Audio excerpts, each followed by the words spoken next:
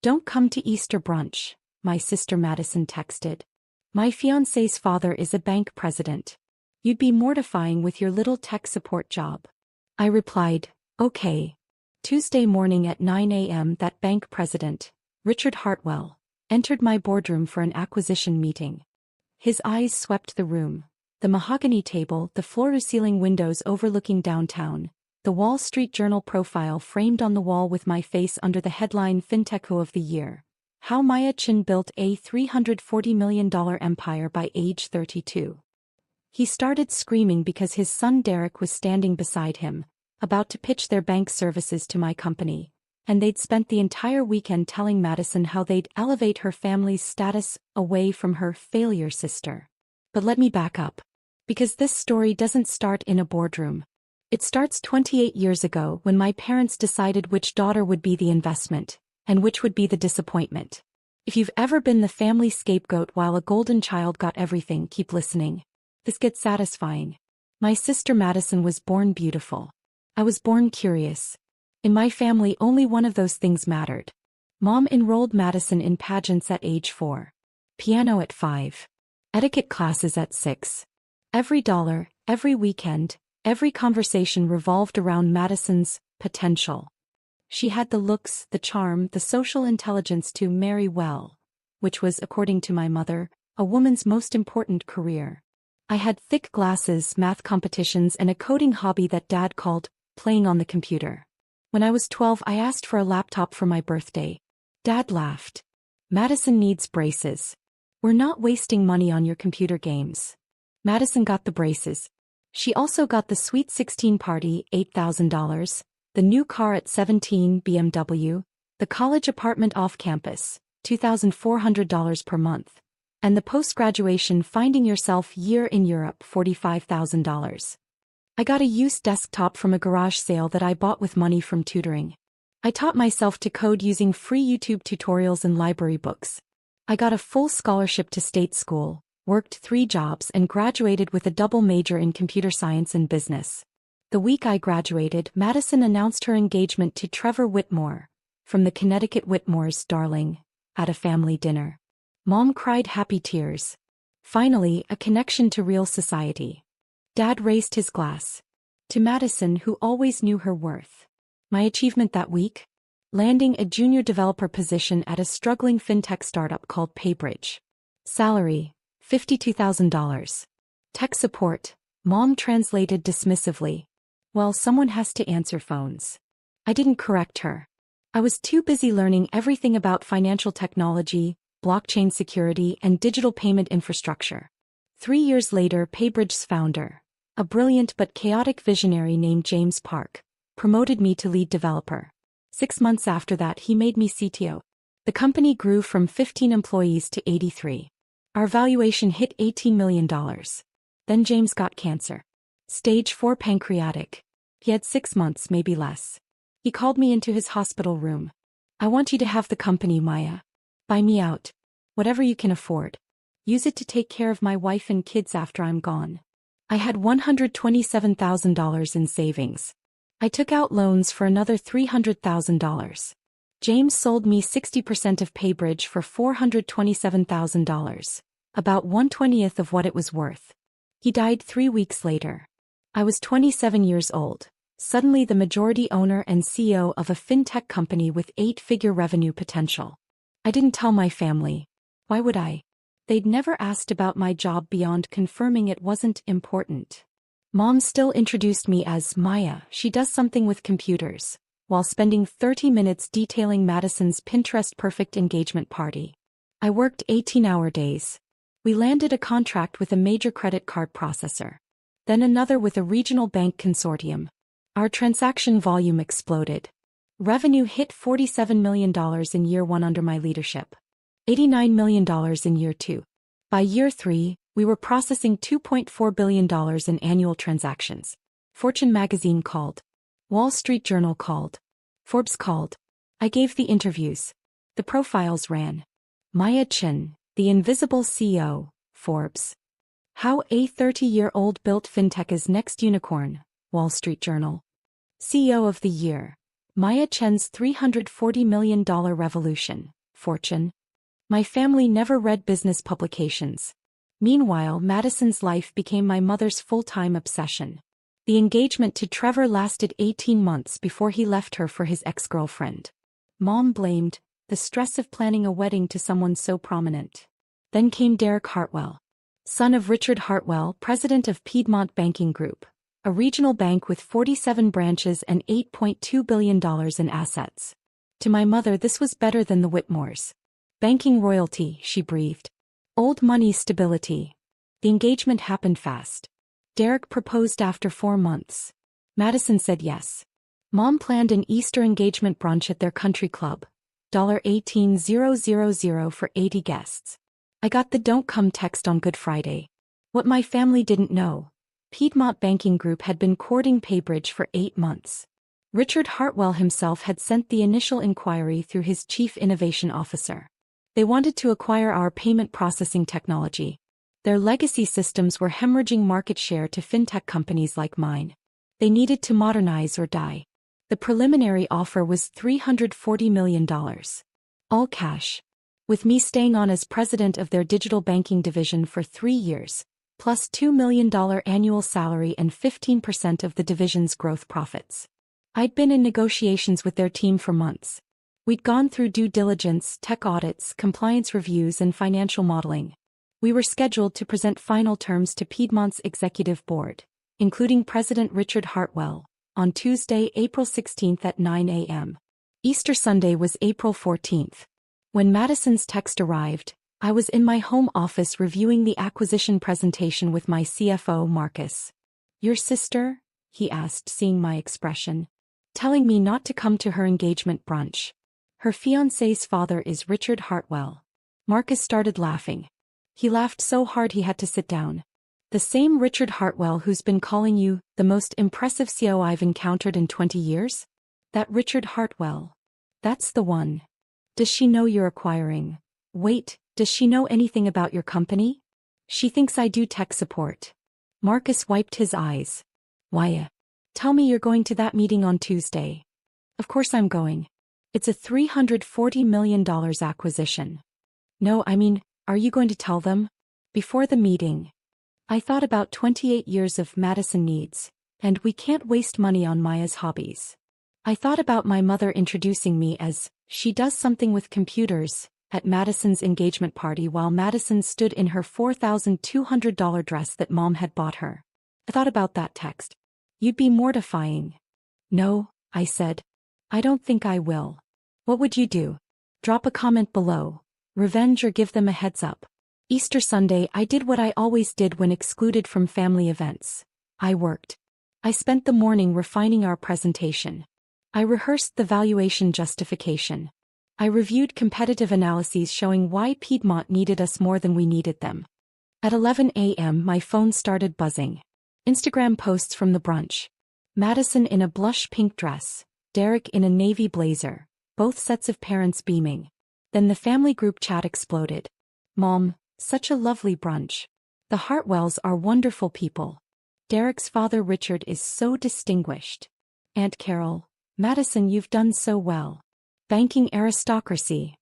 Dad, Richard Hartwell runs a bank with over $8 billion in assets. That's real success. Madison, Derek's parents want to help elevate our whole family." Smiling face, smiling eyes, they have connections everywhere. "Mom, unlike some people who are happy staying small." That last one was directed at me. It always was. "Madison, Richard said he's looking forward to helping our family access real opportunities." "Mom mentioned you work in tech?" "He said their bank has a call center if you want a stable job." 2 hearts. A call center. Richard Hartwell, who'd spent 8 months negotiating to acquire my company for $340 million, had apparently told my family his bank had a call center position for me. I stared at that message for a long moment. Then I texted Marcus, "Is Derek Hartwell on the acquisition team?" He sent back, "Checking. Yes. He's listed as attending Tuesday's presentation. VP of Business Development." "Why?" "No reason. See you Tuesday." I spent Sunday evening stress testing every number in our presentation. I wanted this airtight. Not because I was worried about the deal. Our tech was worth every penny of that $340 million. But because I wanted no room for anyone to claim I'd succeeded through luck rather than skill. Monday I got my hair done. I wore my Tom Ford navy suit, the one I'd bought after the Fortune interview. My grandmother's jade earrings. Jimmy Choo heels. I looked like exactly what I was. A CEO who'd built a $340 million company from a $427,000 gamble and 18-hour workdays. Monday evening, Madison posted a photo. Her and Derek at dinner, captioned, "Celebrating our future together. His parents are going to change our family's entire trajectory." I liked the photo. I commented, "Happy for you. Red heart." She replied privately, "Thanks, Maya. I know Easter was awkward, but Derek's parents are just particular about their circles. I hope you understand." "I understand completely," I wrote back. "Good luck with everything." I meant it. Because in 14 hours her particular future father-in-law was going to walk into my boardroom, see my face in that Wall Street Journal profile, and realize he'd spent Easter Sunday suggesting a call center job for the CEO he was about to pay $340 million. Tuesday morning I arrived at Paybridge headquarters at 7:15 a.m. Our offices occupied the entire 23rd floor of the Sterling building downtown. Glass walls, minimalist design, the kind of space that Fortune magazine had photographed for their Workplaces of Tomorrow feature. Marcus met me in my office with coffee. "You're cruel," he said, grinning. "I love it. I'm not being cruel. I'm conducting business. You're conducting a masterclass in karma. There's a difference." My assistant Priya knocked. "The conference room is ready. I hung the Wall Street Journal profile like you asked, right across from the head of the table." "Thank you, Priya. Also," she lowered her voice, "I may have Googled the Hartwell family last night. Derek's LinkedIn says he specializes in relationship banking and business development. He has 17 connections. And how many connections do I have? 8,412. Including 3 senators, the CEO of MasterCard and the founder of Square." Marcus laughed. "This is going to be beautiful." At 8:45 a.m., I walked to the conference room. The Wall Street Journal profile hung exactly where I'd requested. A 4-foot framed print showing me in front of our server room, headline in bold, "Fintech CEO of the Year, How Maya Chin Built a $340 million Empire by Age 32. Below it, the article excerpt, "I taught myself to code because no one thought I was worth investing in," Chin says. "Best motivation I ever had." Our team assembled. Marcus as CFO, Jennifer our CTO, David our Chief Compliance Officer, and Priya coordinating. Everyone knew about the family connection. Everyone was trying not to smile. "Professional," I reminded them. "This is a business transaction. Whatever happens personally is secondary." "Of course," Marcus said, absolutely failing to look professional. At 8:52 a.m. building security called. "Ms. Chin, the Piedmont Banking Group delegation is here. Send them up." I stood at the window looking out over the city. 23 floors below, morning traffic crawled through downtown. From here you could see the Piedmont Banking Group headquarters. A traditional stone building, old money architecture, everything my family thought represented real success. In 8 minutes, the president of that building was going to realize that the daughter he'd suggested for a call center position was the CEO he'd been negotiating with for 8 months. "They're in the elevator," Priya called. I turned from the window. Smoothed my suit jacket. Checked my reflection in the glass. Composed, professional, powerful. The elevator chimed. Richard Hartwell entered first. 62, silver hair, Brooks Brothers suit, the assured stride of someone who'd never been told no. Behind him, 3 executives I'd been negotiating with via video calls. Susan Park, Chief Innovation Officer, Thomas Brennan, General Counsel, and Michael Torres, CFO. And Derek. 29, sandy hair, navy suit that cost less than my shoes. He carried a leather portfolio embossed with Piedmont's logo. They all stopped in the doorway. Not because of me, I was standing to the side. They stopped because of the Wall Street Journal profile hanging on the wall. 4 feet wide. My face. That headline. Richard's eyes went to the profile. Then swept the room. The glass walls, the view, the technology displays showing our real-time transaction processing. Then to me. "Ms. Chin," he said slowly. Wyatt Chin. Mr. Hartwell. Welcome to Paybridge. I extended my hand. I believe we have an acquisition to finalize. His face went through several emotions. Confusion, recognition, disbelief, and then something close to horror. Derek made a choking sound. Maya? Madison's sister Maya? Hello, Derek. Congratulations on your engagement. Richard looked at the Wall Street Journal profile, then back to me. You're Maya Chin. The Maya Chin. Paybridge's founder and CEO. That's correct. Please sit. I gestured to the conference table. No one moved. There must be some mistake, Derek stammered. You work in tech support, Mom said. Madison said you answer phones for some startup. I did answer phones, I said calmly. In 2017 when we had 15 employees and I was doing every job that needed doing. Now we have 247 employees, and I focus primarily on strategy and acquisitions. I looked at Richard. Like this one. Susan Park, their CIO who I'd actually enjoyed working with, had started to smile. Mr. Hartwell, we've been negotiating with Ms. Chin for 8 months. She's been the primary contact for all technical and strategic discussions. But, Easter, Richard said, his voice faint. We had Easter brunch. Derek said his fiancé had a sister who worked in tech. We thought. He trailed off, understanding dawning. Oh my God. You suggested I might be interested in a call center position, I said pleasantly. Through my sister. It was thoughtful. Derek had gone pale. I told Madison my parents could help your whole family access real opportunities. I said my father runs a bank with over $8 billion in assets. $8.2 billion, I corrected. As of Q4 last year. Though your operational costs are running high, about 73% of revenue, which is why you're losing market share to digital-first competitors. It's in the analysis we prepared. I nodded to Marcus, who slid bound presentations across the table. This can't be happening, Derek whispered. But it was happening. And I was just getting started. Gentlemen, Miss Park, please sit. We have a lot to cover. I took my seat at the head of the table, my chair slightly higher, positioned in front of that Wall Street Journal profile. They sat slowly. Richard looked like he was attending his own funeral. Derek kept staring at me like I'd sprouted a second head. Let's begin with the valuation, I said. Marcus advanced the presentation on the screen. $340 million, all cash. This is based on Paybridge's current transaction volume of $2.4 billion annually, our growth rate of 340% over 3 years, and our proprietary security architecture that your compliance team valued at $120 million alone. 47 companies tried to recruit or acquire us last year, Jennifer added. We're only at this table because Ms. Chin specifically wanted to work with a regional bank that could benefit most from modernization. That's very generous, Thomas Brennan said carefully. He was the only one who seemed to have recovered his composure. It's strategic, I corrected. Your bank has strong regional presence but antiquated infrastructure. We have cutting-edge technology but want deeper integration with traditional banking systems. It's complementary. Ms. Chin, Richard finally spoke. His voice was steady but his hands trembled slightly. I owe you an apology. Several apologies. Easter Sunday I suggested.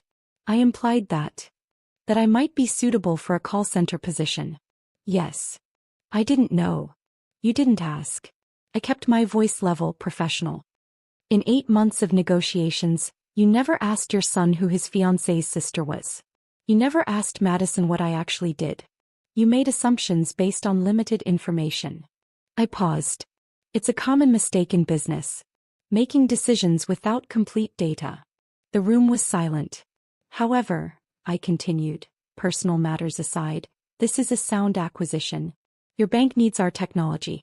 We want your infrastructure. The deal makes sense for both parties. Unless you don't want to work with me anymore, Derek said suddenly. He sounded panicked. Because of Madison. Because we didn't. Because Easter. I looked at him. Really looked at him.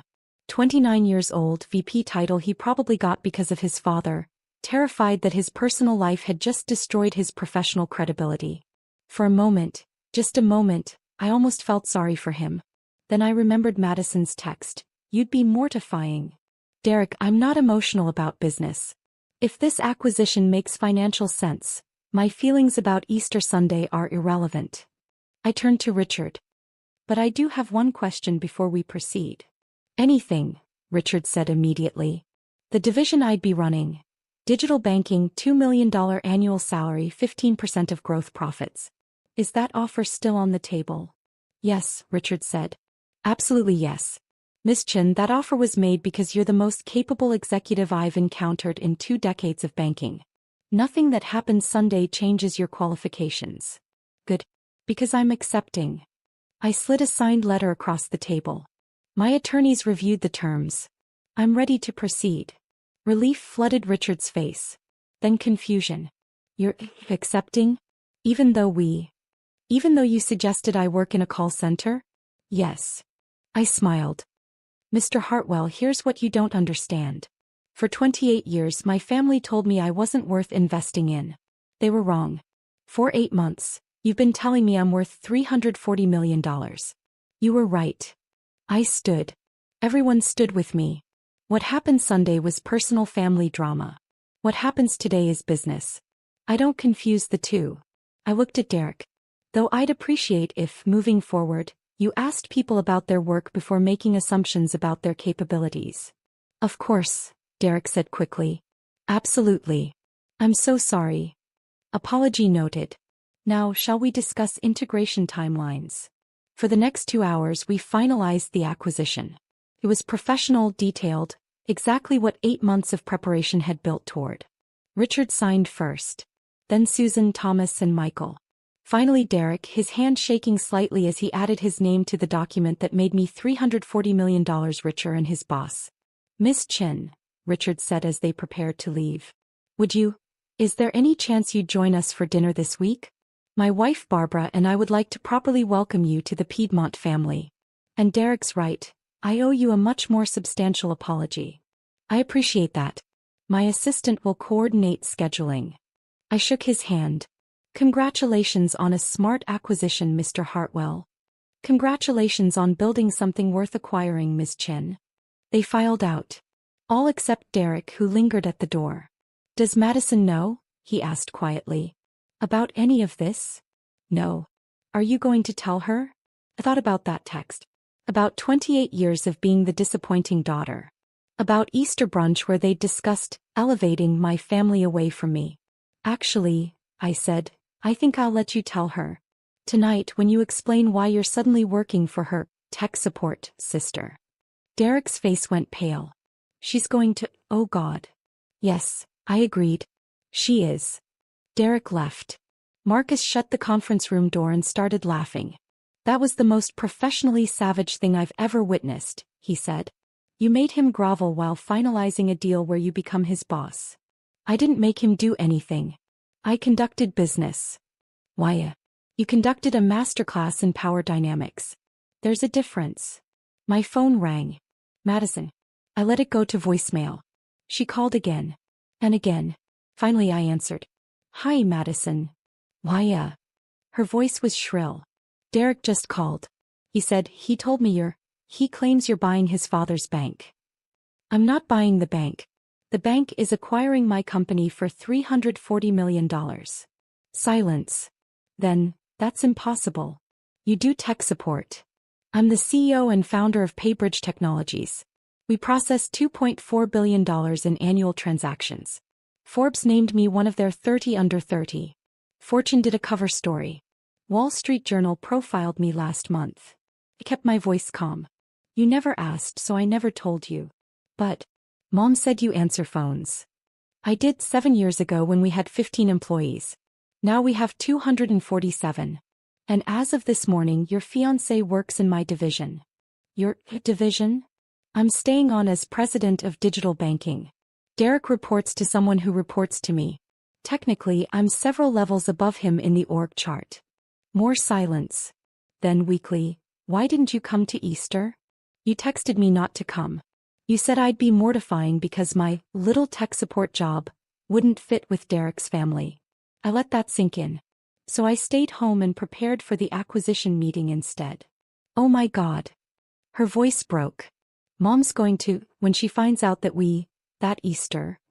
Madison, I need to go. Congratulations again on your engagement. I hung up. Within an hour my phone exploded. Mom, Paya, call me immediately. Madison is hysterical. Dad, is it true you own a company worth $340 million? Aunt Carol, why didn't you tell us you were so successful? Mom, you let us exclude you from Easter when you could have just told us. That last one stopped me cold. Let them exclude me. As if the exclusion was somehow my fault for not preventing it by revealing my success. Have you dealt with family who only valued you after they discovered your success? Share your story in the comments. You're not alone. I turned my phone to Do Not Disturb. I had a press release to approve. Piedmont Banking Group acquires PayBridge Technologies for $340 million. Names founder Maya Chin as president of Digital Banking Division. It went live at 3 p.m. By 4 p.m. it was trending on LinkedIn. By 5 p.m. the local business journal had called for comment. By 6 p.m. my mother had left 8 voicemails. I listened to the first one. Maya, this is getting out of hand. People are calling us asking why we didn't mention our daughter was a CEO. You're making the family look bad. Making the family look bad. Not we're proud of you. Not we're sorry we didn't support you. Just concern about how they looked. I deleted the voicemails without listening to the rest. The wedding happened 4 months later. Madison and Derek married at the country club, the same venue where Easter brunch had been held. I was invited. Prominently. Mom called personally. Maya, sweetheart, of course we want you there. Your family. And Derek's parents specifically requested you be at the head table. I'll be out of the country, I lied. Business in Singapore. Can't you reschedule? For your sister's wedding. Mom, she texted me not to come to Easter because I'd be mortifying. Now you want me at the head table. What changed? That's not, you're twisting things. We just didn't realize you were so successful. If we'd known. If you'd known I was worth something, you'd have treated me better. I understand. That's exactly the problem. I didn't go to the wedding. Instead, I spent that weekend at a Forbes Women's Summit, speaking on a panel about building companies in your 20s. A 23-year-old in the audience asked me, how did you keep going when people didn't believe in you? I stopped waiting for permission to be worth something, I said. I stopped trying to prove myself to people who'd already decided I wasn't worth their investment. And I built something anyway. The audience stood and applauded. 6 months after the wedding, I ran into Derek at a company strategy meeting. He'd been working hard, actually, learning digital banking, taking initiative, proving he was more than his father's son. Maya, Ms. Chin, he corrected himself. We kept things strictly professional. I wanted to thank you. For still doing the deal. Even after everything. Derek, business is business.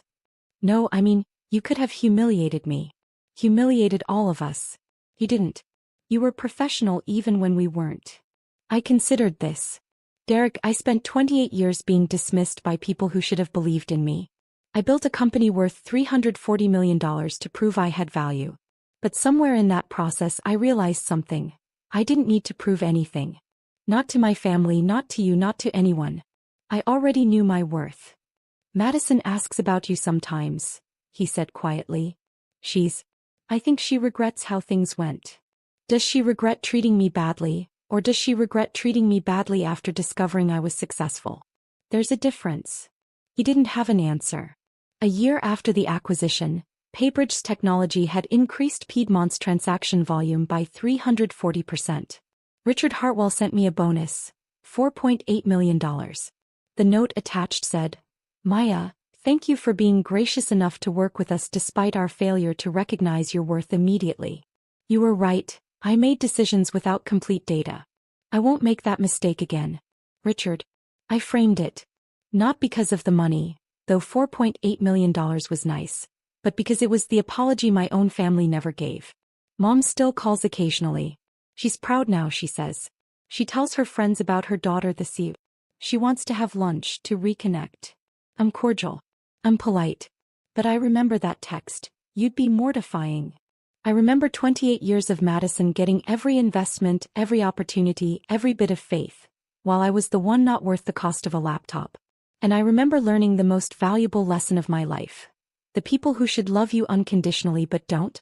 They're not your family. They're just relatives. My real family was James Park, who sold me a company for a fraction of its value because he believed in me. Marcus, who stood beside me through every sleepless night. Jennifer, Priya, David. People who saw my capability before they knew my net worth. Those are the people who get my time now. Those are the people who earned it.